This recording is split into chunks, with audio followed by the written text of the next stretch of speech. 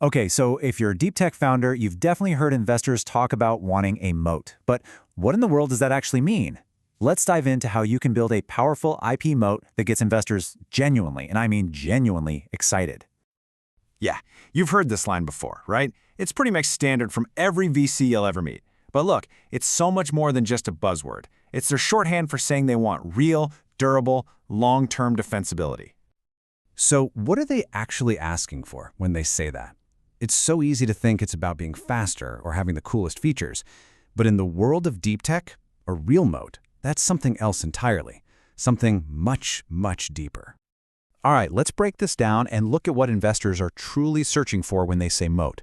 Spoiler alert, it's less about your current speed and more about your ability to protect your slice of the market for years to come.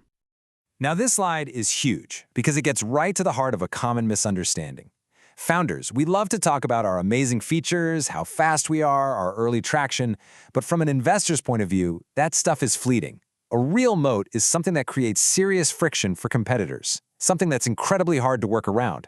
And in deep tech, that almost always comes down to your intellectual property. But here's the catch, and it's a big one. Just filing a patent isn't enough, not even close. A savvy investor can sniff out a weak, flimsy patent from a mile away. If your IP doesn't protect the absolute core innovation that makes your business valuable, it's not a fortress, it's just expensive noise. So how do you actually build a moat that stands up to that kind of scrutiny? This isn't about legal paperwork, it's about pure strategy. Let's get into the nuts and bolts of constructing a powerful IP fortress. It really boils down to 3 key steps. First, you have to get laser focused on your unique edge. What is the fundamental technical innovation, not just the shiny front-end features? Second, protect the unseen magic, the secret sauce, the core algorithm, the system architecture. And third, and this is the part a lot of people miss, you have to make sure your IP strategy is directly tied to your business goals. Where are you going to be in 5 years? Your patents should reflect that. I absolutely love this quote because it just cuts through all the noise. Seriously, ask yourself this question. If a brilliant team tried to replicate what you've done, where would they get stuck? Where would they pull their hair out? The answer to that question? That is your gold. That's what you protect. And this all leads to the holy grail of IP, which is what's called a blocking patent. This is so important. It doesn't just describe your specific little product, it prevents competitors from achieving the same result, even if they try to come at it a different way. That's the kind of friction that makes investors sit up and pay attention. But look, knowing what to protect is only half the battle. The when is just as critical, maybe even more so. Let's talk about timing, because getting this wrong can completely derail your entire IP strategy before you even start. Here's the playbook, the ideal sequence. The moment you have that core technical insight, that aha moment, bam, you file a provisional patent. It's a relatively inexpensive way to lock in your priority date. Then and only then can you go out and start pitching publicly. Later on, as the product matures, you can refine and expand everything in your full patent filing. And I cannot stress this enough. Any public disclosure, demoing at a conference, publishing a research paper, heck, even getting too detailed in a pitch deck, before you file can completely destroy your ability to get a patent. You have to protect first, then pitch. Say it with me. Protect first, then pitch. All right, let's shift our perspective here for a second. A strong IP moat isn't just a defensive shield you hide behind. It's an offensive weapon you can actively use to conquer the market and grow your business. I mean, think about it. When you have this rock-solid moat, everything gets easier. Raising capital is easier because investors have confidence. Attracting the best engineers is easier because they want to work on something meaningful and protected.